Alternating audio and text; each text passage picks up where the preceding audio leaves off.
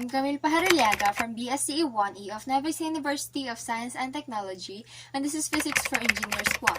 And in this video, we're going to talk about the last topic of the momentum and collision, which is the impulse. So, impulse is defined as the occurrence in the collision where the two objects meet, and then when they collide, at that short moment, the force exerted is very large. So we call that an impulse.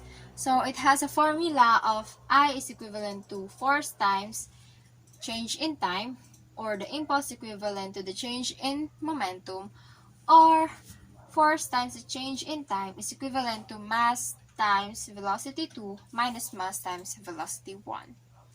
So let's move forward to our sample problem. A 990 kg vehicle strikes a fence at 18 meters per second and comes to a stop in 1 second. What average force acted on the vehicle? Let's say this is our vehicle and it strikes a fence right here. It has an initial velocity of 18 meters per second and a mass of 990 kilograms.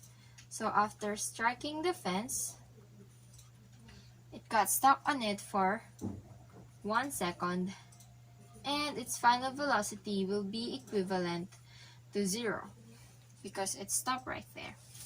So what we're looking for is the average force acted on the vehicle. So we're gonna use this formula. Force times the change in time is equivalent to mass times velocity 2 minus mass times velocity 1. So we can simplify this by making force times time is equivalent to mass times the final velocity minus the initial velocity.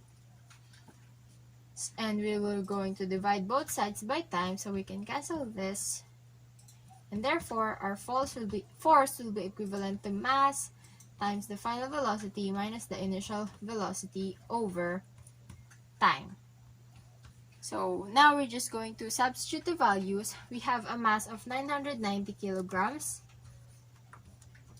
times a final velocity of 0 minus initial velocity of 18 meters per second over the time of 1 second.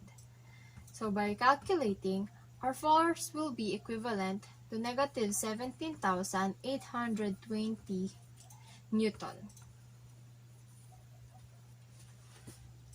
So the average force exerted on the vehicle as it strikes the fence is equivalent to negative 17,820 Newton. So once again, this is Camille Pajarillaga from BSCE 1E, and this is Impulse. Thank you so much for watching.